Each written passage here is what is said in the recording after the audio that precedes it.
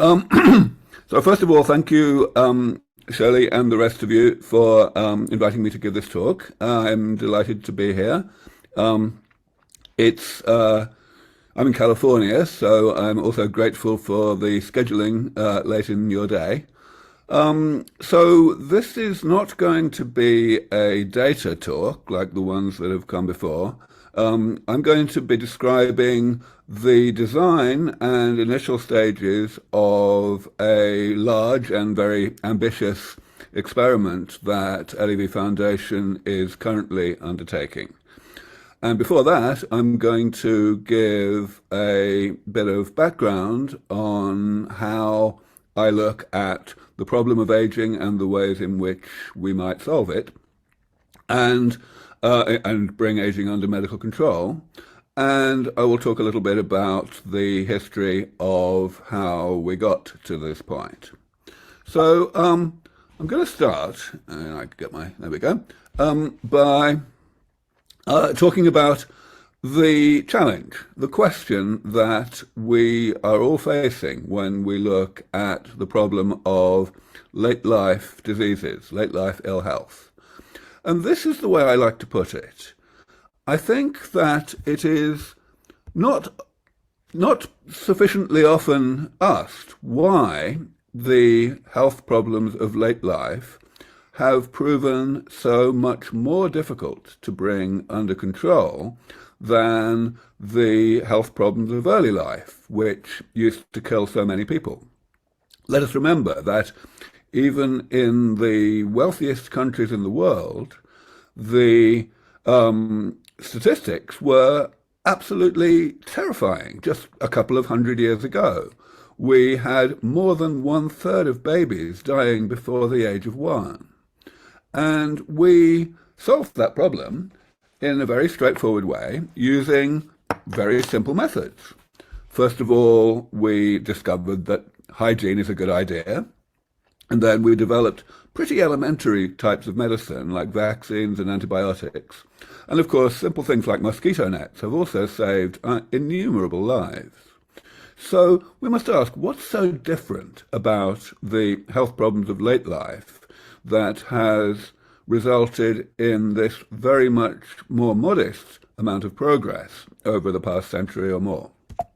And most people, there we go. Most people, I think, would assume that fundamentally the problem is what you're seeing here. Of course, you're not supposed to be able to read this slide. The point I'm making, of course, is simply that so many things go wrong with us late in life, and they go wrong at more or less the same time, which means that they interact, they exacerbate each other. So, we could just say, well, it's just the complexity, isn't it, that has overwhelmed the efforts of medical research to bring aging and the health problems of late life under control. And I am certainly not going to try to say that this is not part of the problem. Of course it's part of the problem, but it's not actually the main reason why we haven't been able to do this. The main reason needs a little introduction. Here's another question that I think we ought to focus on for a moment. If you ask 10 people for their classification of the ways in which someone can be sick, then most of the time, in fact almost all the time, the answers you will get will be something like what I'm showing you on this table. People will say, well, okay, there's infectious diseases. That's column 1 here. Then there's inherited diseases that a small proportion of us get from our parents. And then there's the big one, the chronic progressive diseases of late life, such as Alzheimer's, which we just heard a couple of talks about, and almost all cancers, atherosclerosis, osteoporosis, and so on and so on. And then most people would say that way out in the stratosphere, there's this completely separate thing, which isn't a disease. It's called aging itself. And it consists of these really, nebulous, poorly defined phenomena like frailty. Now, That's a real problem, that classification. And the reason it's a problem is because it doesn't actually incorporate a good definition of aging. So here's my definition of aging. And of course, we all know that there are lots of definitions of aging. But this one I like because it doesn't just describe aging, it actually demystifies it. It brings aging down to something that we can all understand, so that we don't have to live in this delusion that aging is an enigma. Aging is simply a side effect of being alive. Metabolism, which I'm using in the strict sense, the broad sense of meaning the entire network of processes that keep us alive from one day to the next, metabolism has side effects. These side effects manifest as changes to the molecular and cellular structure of the body and its composition. And those changes accumulate over time. That process of metabolism creating these changes happens throughout life, even starting before we're born. And the thing is, I'm using the word damage to denote those changes. Why? Because of the other part of aging, the part that happens late in life. The body is set up to tolerate a certain amount of these changes without any significant decline in function, either physical function or mental function. But only a certain amount. And eventually there's more of that change than what the body is set up to tolerate. And that's when the right-hand process kicks off, where the damage does start to impair the physical and mental function of the body. And that's what I'm denoting by the word pathology, all of the late life health problems that I talked about a moment ago. So now, if you think about what that means in terms of the table that I showed you on the previous slide, it's easy to see what was wrong with it. What was wrong with it was the position of that big, thick black line. Actually, column 3 is really no different in any meaningful sense from column 4. The only difference is semantic.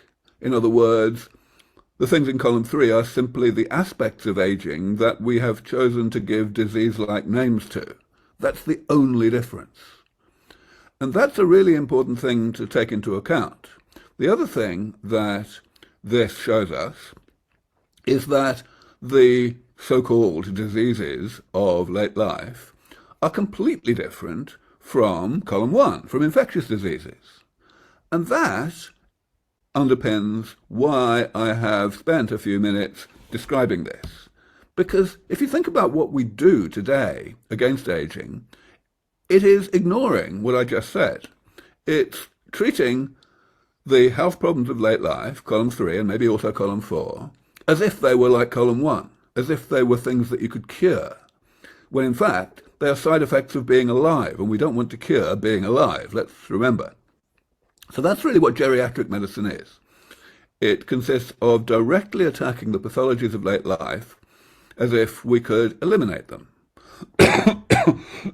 So, stated in terms of my 3-word definition of aging, what that means is that our goal is to separate metabolism from pathology.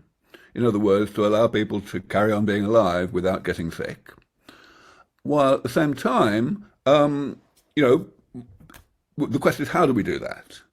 And the geriatrics approach consists of separating metabolism from pathology by separating damage from pathology, which honestly is a non-starter for the reasons I've just described, and also because the damage is accumulating, which means that anything that directly tries to address the health problems of late life, the pathologies, is inherently going to become less effective as the person you're treating gets older and accumulates more and more damage. It's a non-starter.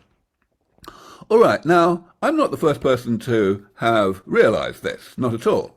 In fact, we could argue that the entire field of gerontology exists and came into existence more than a century ago because people started to realize what I've told you so far, they said, well, okay, we want to separate metabolism from pathology, and we can't do it by separating damage from pathology. So let us instead try to do it by separating metabolism from damage. That's really what translational gerontology has been all about for the whole of the 20th century, really. What happens here is you're trying to make metabolism run more cleanly and generate damage more slowly than it normally does. And that sounds like a great idea. If we could do that, then, we will postpone the age at which the damage reaches that threshold level that causes pathology to emerge. Fine, so far. But of course, it's not really fine because of this. Metabolism is really rather complicated. Right? I mean, this, as you know, it's a biochemical chart. It's a simplified diagram of a small subset of what we know about how the body works, about how metabolism works. And, any of you who've ever written software can immediately see that it's the ultimate nightmare of uncommented spaghetti code. There's just no way that we're going to be able to unpick it and, stop metabolism from doing the thing we don't want it to do, the creation of damage, without, at the same time, stopping it from doing things we need it to do to keep us alive. And of course, I am understating the severity of this problem there, because the real problem is not so much that this is a simplified diagram of a small subset of what we know about how the body works. The problem is that it's a simplified diagram of a small subset of what we know about how the body works, which, as all of you are well aware, is totally dwarfed by the astronomical amount that we don't know about how the body works, even ignoring all the stuff that we don't even know that we don't know. So, it's just a complete non-starter again. But luckily, that's not the end of the story, because there's a third way to separate metabolism from pathology. And that's what I'm going to call the maintenance approach, or the damage repair approach, or indeed the rejuvenation approach. So what is it? It says, let's let metabolism create damage at the normal rate, which is good because we've just established that we have no choice in the matter, but let us be preventative anyway by going in and repairing some of that damage every so often, so that the damage never reaches the threshold level that causes us to get sick. This sidesteps all of our ignorance about metabolism, and it allows us, in principle, to separate metabolism from pathology, to carry on living without getting sick. All right, so first of all, is it really fair to call that the common sense approach, as I did on my previous slide? I think it is, because fact is we already do it successfully in the case of simple man-made machines. I mean, people don't like to think about living organisms as if they are machines, but they really are. They are machines with moving parts, and that's why, as a matter of physics, forget biology, a matter of physics, they damage themselves as a consequence of their normal operation. And yet here we have a car that's 100 years old, and it didn't get that way by being designed to last 100 years. Not at all. It was designed to last 10 years or 15. It got that way because it has benefited from periodic, comprehensive, preventative maintenance, and that is all. All right, so what does that mean in practice, in concrete terms? Well, 20-odd years ago, when I started thinking about aging along the ways that I've described so far, I realized that what we needed to do first, in order to pursue this approach, would be to describe the damage of aging in manageable terms. And that means to classify all of the various molecular and cellular changes that qualify as damage into a manageable number of categories. So the classification that I came up with is on the left-hand side of this table. And the key purpose of this classification is to have generic damage repair approaches that match up with them. So on the right-hand side of this table, I'm talking about the natural, the most obvious approach, or at least the approach that seemed most practical at the time, 20 years ago, to do these things. So, for example, cell loss. Cells dying and not being automatically replaced by the division and differentiation of other cells, that causes problems. Most obvious example is probably Parkinson's disease, which is, of course, a consequence of the progressive loss of dopaminergic neurons. And as many of you will know, there is currently a clinical trial going on in Japan and a couple of others just starting up in the USA to use stem cell therapy for exactly this purpose, to take dopaminergic precursors and inject them into the putamen, which is where the natural dopaminergic neurons release their dopamine, and address Parkinson's disease in this way. People are very optimistic about this because 25, 30 years ago, this was tried when we didn't really know anything about stem cell biology to speak of, and it only occasionally worked because only occasionally the patients were getting the right kind of stem cell. But when it did work, it worked spectacularly well. And so this is a very exciting clinical trial, and I'm following it very closely, as are many other people. Now, all of the other categories that I've written here, the approaches that I favoured 20 years ago were a great deal more primitive, at a much earlier stage than stem cell research was at that time. But over those years, a lot of progress has been made. I am delighted to say that all of them have now, at least in early stage, moved into the private sector. There are companies doing this, getting investment from people who want to make money. And as we all know, money makes the world go round. Things are going a lot faster now than they used to. And of course, in the academic world, the same thing has happened. This paper here, which was published in 2013, 10 years ago, it's called The Hallmarks of Aging.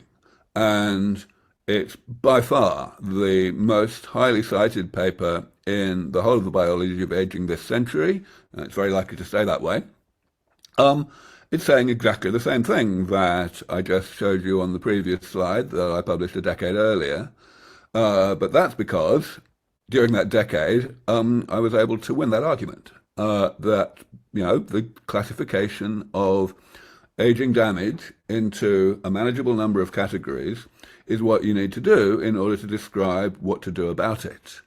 The alignment between the categories and the repair strategies was honestly not as explicitly stated in this paper as it was in my original, so I still prefer my original classification. But that's a detail, really. The main thing is that this way of looking at the problem of aging and how we might fix it is now completely mainstream. So another piece of good news is that all of these types of damage now have more than one approach to repairing them. So again, I'll just talk about cell loss. I talked a moment ago about stem cell therapy, injection of stem cells that have been prepared in the laboratory. But of course, that's not the whole story by any means, because now we have this amazing concept of partial reprogramming using short-term or intermittent expression of the Yamanaka factors to rejuvenate cells that are resident, that are in the body already, and to make them a bit more stem-like without going so far as to have them losing their cellular identity. This also seems to have very strong rejuvenating effects. And in the interest of time, I'm not going to go through all the other things here, but as you can see, every single item out of my 7 categories has at least one more damage repair approach that is being pursued either in academia or in non-profits or in some cases in industry. So this is really good news. Now, what does this mean? You may wonder why my new organization is called the LEV Foundation. LEV stands for Longevity Escape Velocity. And this again is a concept that I introduced nearly 20 years ago now. The concept arises from the nature of these damage repair therapies, this paradigm of rejuvenation. We all know that being sick is risky. A great deal, far too much is said these days about the difference between longevity and health span, lifespan and health span. People say, oh, we're not about lifespan, we're only about health span. But that's it's not really a sensible thing to be saying, because we all know that lifespan and health span go together, that the healthier you are, the less likely you are to die anytime soon. And so there may be some modest compression of morbidity as a result of certain advances, or there may be some modest expansion of morbidity, but modest is the key point. These are rounding error compared to the progress that we've made over the past, let's say, 50 or 70 years in reducing the health problems of late life, which have caused health span and lifespan to increase. All right, so what's the point here?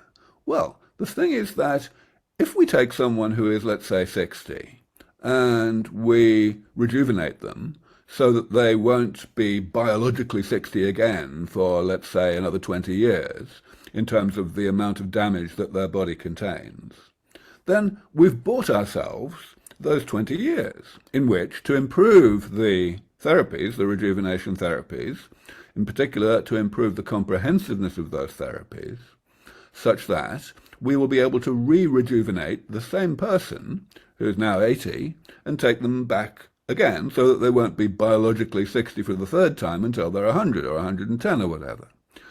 And this is what I call longevity escape velocity, because it has a very clear analogy to gravitational escape velocity. If you have someone standing at the top of a cliff and they have a jetpack on their back, let's think of it that way, but they jump off the cliff before turning on the jetpack, then if they wait until they're almost at the ground, then it'll be like the curve labeled 100 or 80. In other words, it won't be in time. But if they're only, let's say, 50 at the time that they turn the jetpack on, let's say halfway down the cliff face, and they turn it on, then they may have time to pull out of the dive. And the younger we start, the better. So that's why I come to the conclusion that you see at the bottom here. Once we have postponed the health problems of late life using rejuvenation technologies by even as little as 20 years, we will have done the hard part. It will be then relatively easy to continue making progress faster than time is passing, such that people will simply never need to get sick, however long ago they were born. So now I'm going to move on to the experiment that we are doing in LEV Foundation that I'm very excited about. If you do experiments on mice, you're not going to get a longevity escape velocity because they simply age too fast. But still, we may very well be able, of course, to postpone health problems in the mice in a manner that allows us to know what's likely to work in humans. Furthermore, it will change the attitude to aging in society if we can make dramatic progress in delaying aging in mice. So, as I've said, the whole damage repair approach is a divide and conquer approach. You've got a variety of categories of aging, of damage, and you've got to address them all reasonably well, or else one of them is going to kill you more or less on schedule, however well you fix all the others. And, of course, some of these damage repair approaches are more difficult to implement than others. That's why some of them have only just reached startup land, the private sector. But some of them have been around quite a while and have got to the point where people have shown that there is genuine benefit to mice from getting these interventions late in life, starting in middle age. So that is true for all four of the interventions that I am listing here: rapamycin, hematopoietic stem cells, telomerase gene therapy, and a senolytic called GalNav. Now, as you can see here, the treatments that we are doing were initiated when the mice were already in middle age, at about 19 months. And this is C57 black 6 mice, so they have an average lifespan of about 31 months. That means that they have about 1 year to live on average. We're of course also interested in the maximum lifespan, which is typically in the region of 9 months more than the mean lifespan. So we want to push both of those numbers out by a whole year. At the moment, the best that anyone's been able to do with any intervention starting at that kind of age is maybe 4 months. So we want to do 3 times more than that. And of course, we want to measure health in all manner of different ways. So that's what we're going to do. Here is the design of the experiment. We're not just doing a bunch of mice with all 4 of these interventions and a control group with none of them. We're also looking at baselines for each of the interventions individually, because we want to have validation that we are doing these interventions correctly and that we are getting the same results that other groups have obtained in the meantime, in the past. Furthermore, we are looking at combinations of 3 out of the 4 interventions, so that we can identify any cases of antagonistic interactions between the interventions. This is something that we recognize has been seen in other experiments, and we definitely want to identify it. Then, of course, in terms of health span, there's nothing particularly original on this design. We're looking at visual measures of health, like alopecia and kyphosis. We're looking at behavioral measures, both mental. We're doing novel object recognition, for example, and also physiological, like rotor rod and treadmill. We're taking blood samples and measuring all the kinds of things that you would expect in the samples. And we are, of course, also sacrificing a number of mice at certain time points so as to do tissue analysis that's more informative than what you can do with non-invasive measures. So all the classical things that you would imagine. One innovation that we have introduced, and I recommend this, I think this is very much something that would improve the signal-to-noise ratio of lifespan experiments. We are not simply identifying particular chronological ages of mice at which to do these tests and to sacrifice a small number of mice. Instead of that, we are choosing the time points on a group-specific basis. We have 50 males and 50 females in each of the treatment groups, and for each of those 20 groups, what we're doing is we are waiting until we have 10 deaths, and then we're doing the experiment we're killing 4 mice, and we're doing all the other experiments. Then we're waiting until we have another 8 deaths, and so on. So in other words, we are doing it on the basis of the survival curve. And we believe that this is the way in which we can tease out which interventions are having the biggest effect on which health parameters, in a way that would be less obvious if you do it in the normal way at particular chronological ages, simply because you're measuring multiple things that you already know are strongly correlated, and that inherently gives you less information. So I will just end by saying that I run a conference every year in Dublin. This is a photograph from the inaugural conference last year.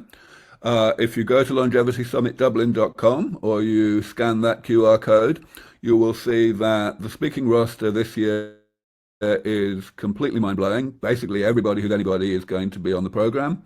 And I'm delighted to be welcoming you to come to Dublin on August the 17th through 20th. I hope to see you there. So that's all I wanted to say. That's our website. Of course, anyone who happens to be interested in supporting this work financially is very welcome to do so. But there's, of course, masses of information at levf.org. And I will stop there, and I hope there's time for a few questions. Thank you. Thanks for a wonderful session, Aubrey De Grey, and thanks for joining us today. We'd like to know any questions for Aubrey De Grey. Any questions? Please unmute while asking questions.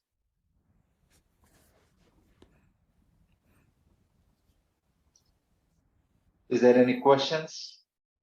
Please unmute while asking questions. Nadine speaking. Hello, Hi. Nadine. Hello. Thank you for your wonderful talk. I'm curious about the mobilization of your research within, let's say, public sector health and private health. So, as you know, I'm situated in Canada, where we still have public health, but it looks like, at least in Ontario and some other provinces, we're heading toward private. But I'm just curious how you vision your research related to healthcare.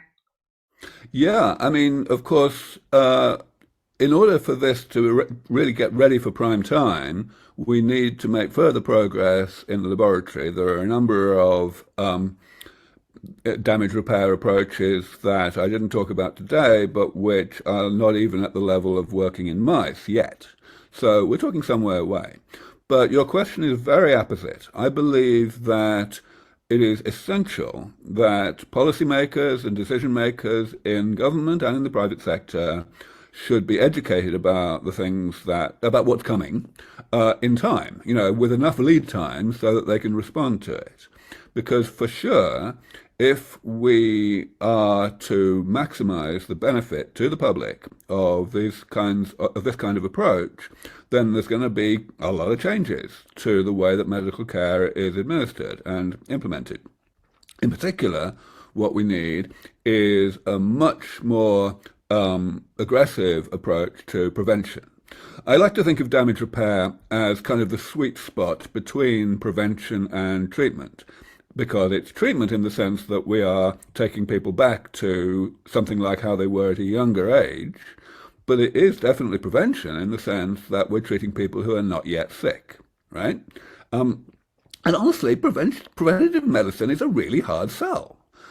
People basically think, oh, medicine, it's terribly risky and, experimental. And, so people think badly about the risk-benefit ratio of prevention when they're not yet sick. They think, oh, it might make me sick.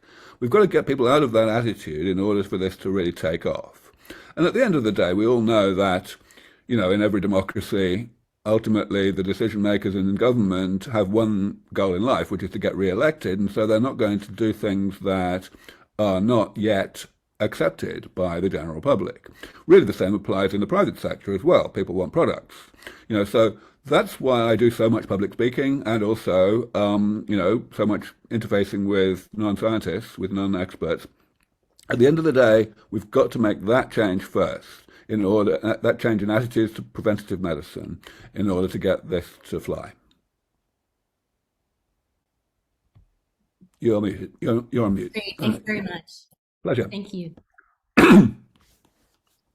Is there any more questions? Sorry, I do have one more question. Do you have any writings that would be directed toward a non-scientific audience? Plenty. Lots and lots. I mean, I do most of my stuff by video. I do interviews all the time.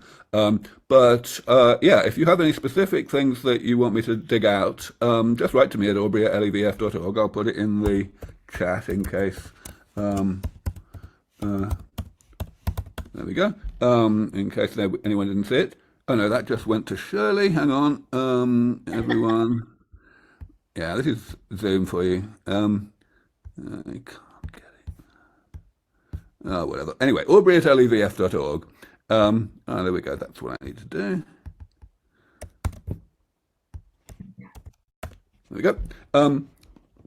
Anyone, of course, is very welcome to write to me and ask any other questions that you may think of later on.